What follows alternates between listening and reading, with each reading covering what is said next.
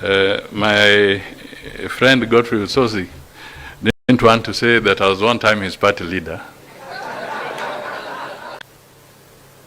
My dear brother, FCPA, John Bandi Ngongo, the Cabinet Secretary, the National Treasury and Economic Planning,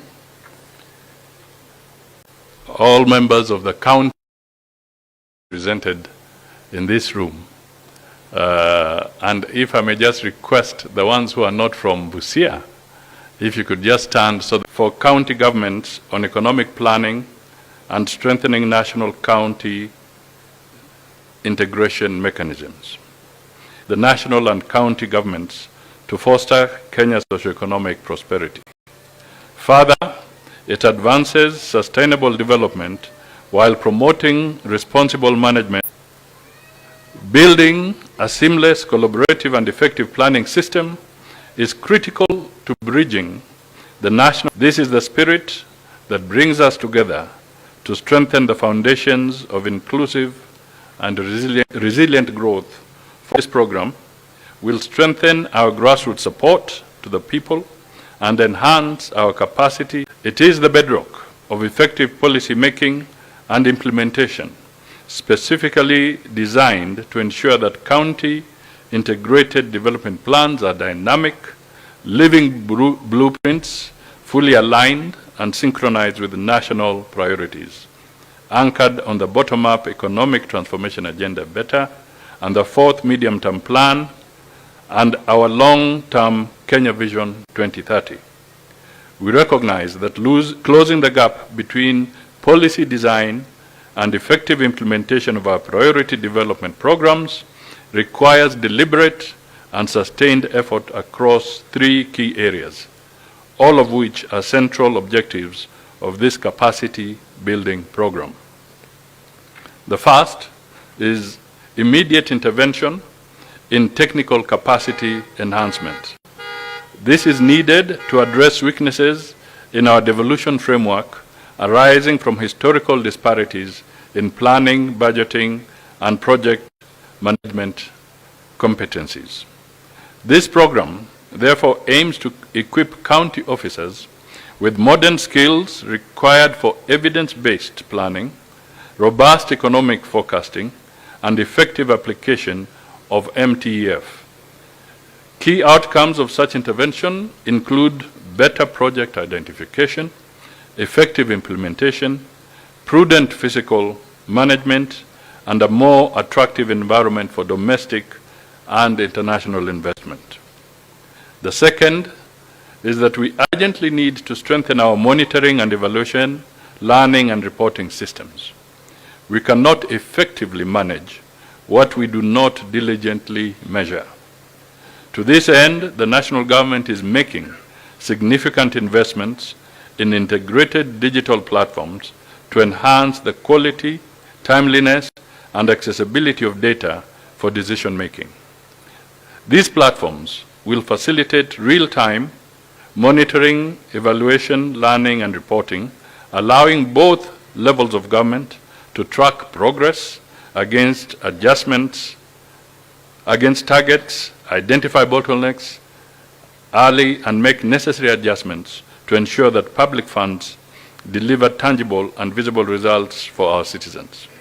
This data-driven approach will foster greater accountability and transparency at all levels of government. Third, deepening collaboration. Guided by the Intergovernmental Relations Act, will enable us to harmonize regulations, simplify business processes, and systematically eliminate internal bureaucracy barriers that hinder economic integration and free movement of goods and services and people within Kenya.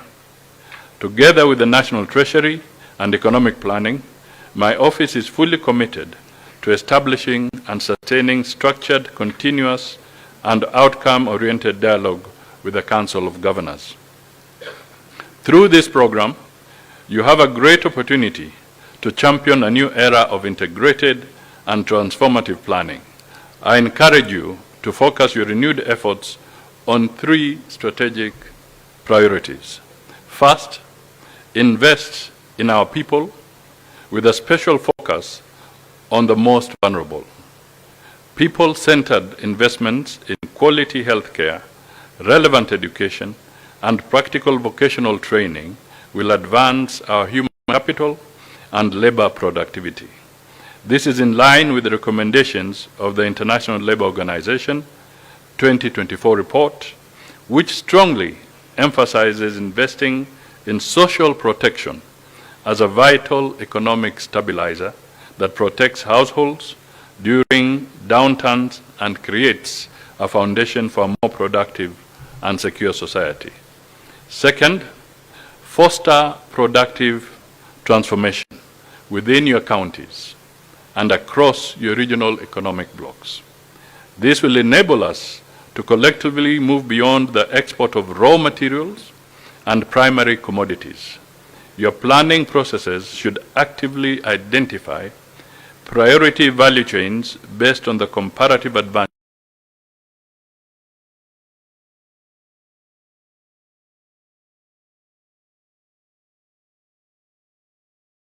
structures to attract investments that foster value addition, create sustainable jobs, and increase local wealth creation and retention.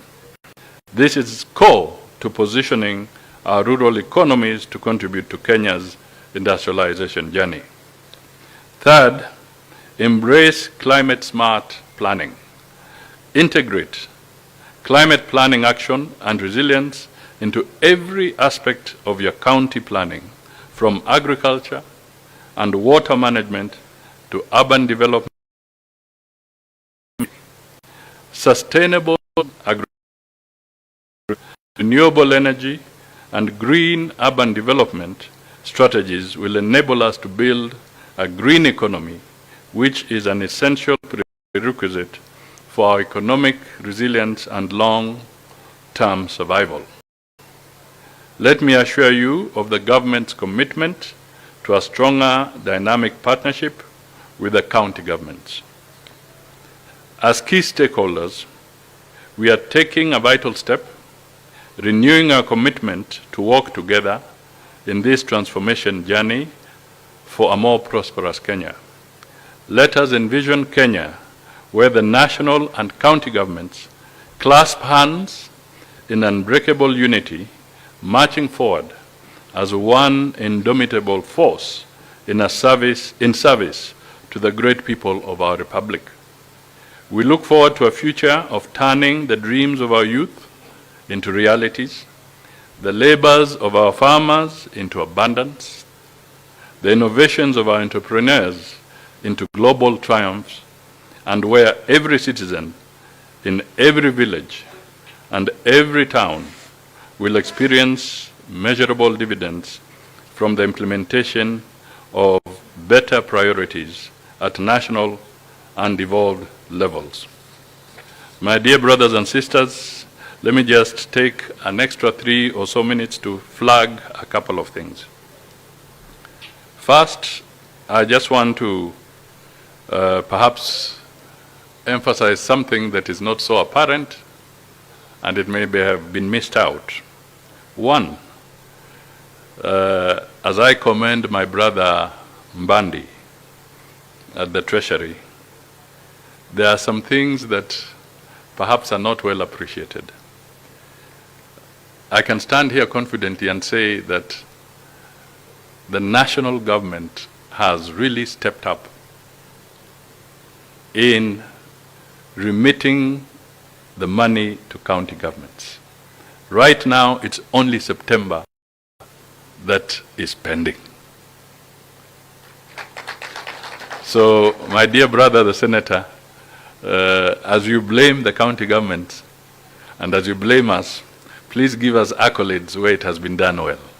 And Mbandi has been very forthright in ensuring that the long protracted delays of remittances of the shared revenue does not recur. So we want to commend the National Treasury and everybody who is involved so that this is hastened.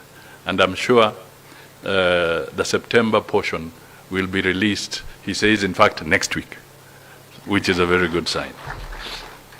The other thing I want to point out very quickly is that the true strength of devolution or a county will actually manifest the day our counties will be raising more from their own source revenue than that which they expect from the national.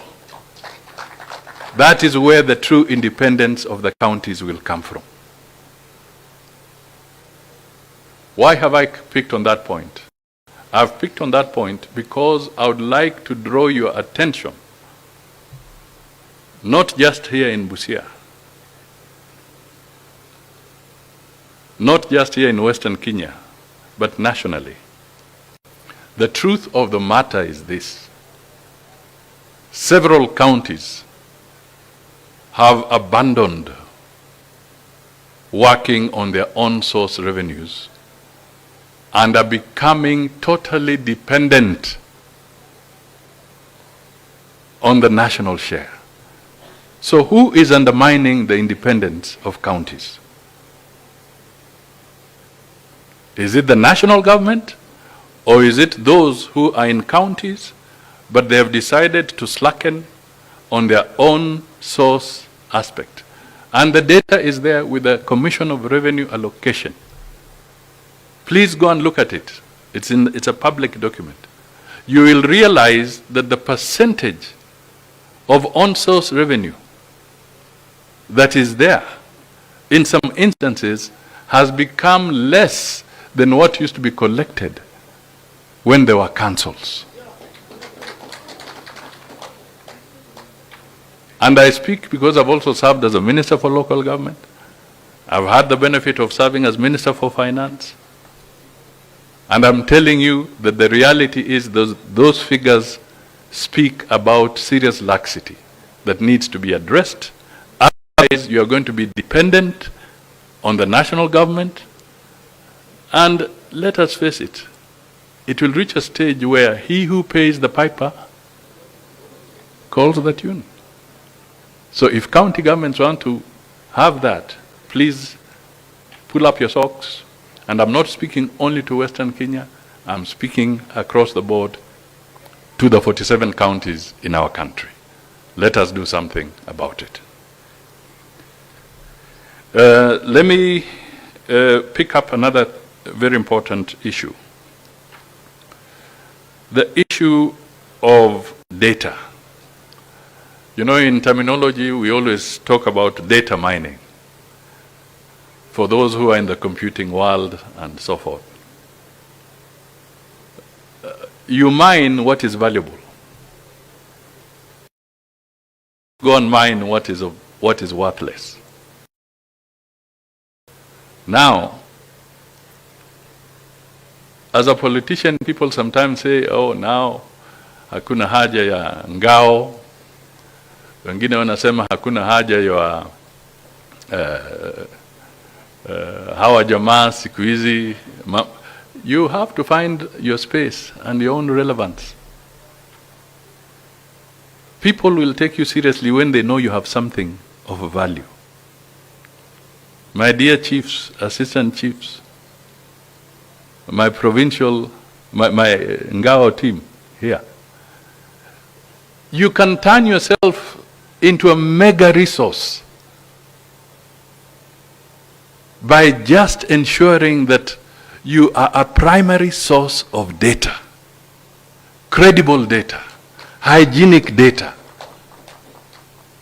And I'm telling you, everybody will be looking for you again. And the political clarion that says, we can do away with these people, they'll start saying, no, no, no, no, no. This is a data center. Ngao has turned into a data center. Convert yourself into data centers with valuable information that can help us plan. This is where your relevance is going to be anchored.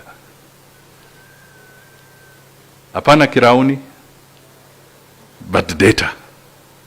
I can assure you. This is where your strength is going to be. So work on it. We want to woo investors. Please, as counties in this planning, make sure your records are accurate. Make sure your land tenure systems are accurate and up to date.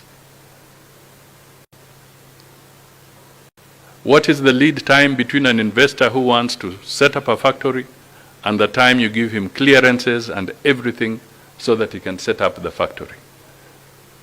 Does it take you 3 years? Does it take you 5 years? Does it take you 3 months? It depends. It varies from county to county. So we must figure out what are we doing ourselves to provide the right environment that will act as a magnet for investors who want to come to our respective counties. Work hard on that in this process. At the same time, don't be hostile to investors. Don't be hostile. When we were in Homa Bay during the devolution, I gave an example of one county where the investor was a victim of local politics. The people down there kwa mambo yao wakaleta siasa yao, wakaenda wakachoma hoteli ya huyo mwekezaji, akawapeleka kotini, akashinda. They couldn't pay, they are not able to pay, but they created a national crisis because now huyu rafiki yangu Mbandi is left with a bill to pay the French investor who was destroyed and chased away by very petty local politics, to the extent that it has become a national issue between the government of Kenya and the government of France. Please treat your investors with dignity, obey the law, follow the law, and that will help and make your county attractive. Lakini tukiwa watu kama wanasiasa zingine unasema pana, unakata tu, unapita tu, pita.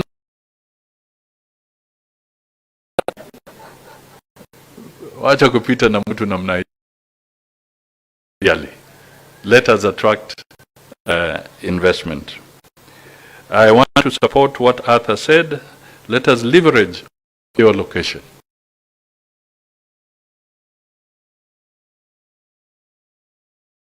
Migori up to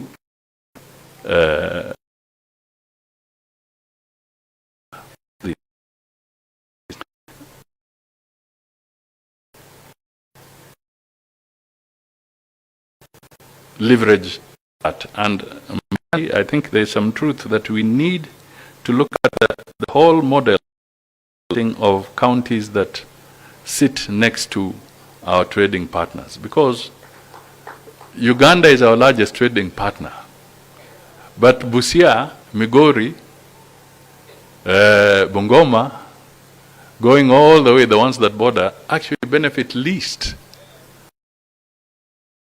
the revenues that emerge from that partnership with our neighboring countries. Let's see how these very good people who bought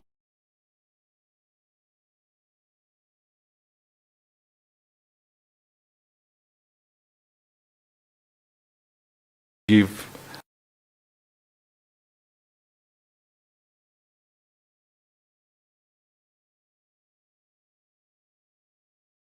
body behind. Let us work towards moving quicker with technology. Principal Secretary, my Cabinet Secretary colleague Mbandi, he was telling me that when he is pushing the agenda of e-procurement,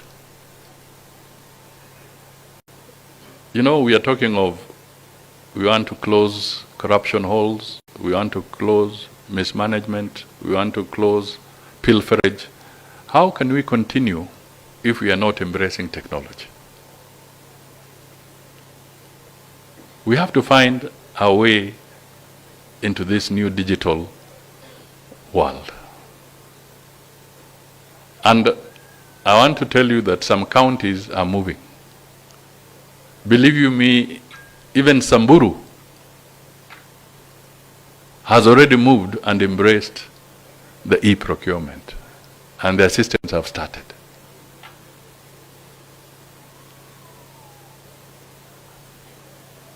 So it's not about certain things, it's about, do we want to embrace or not?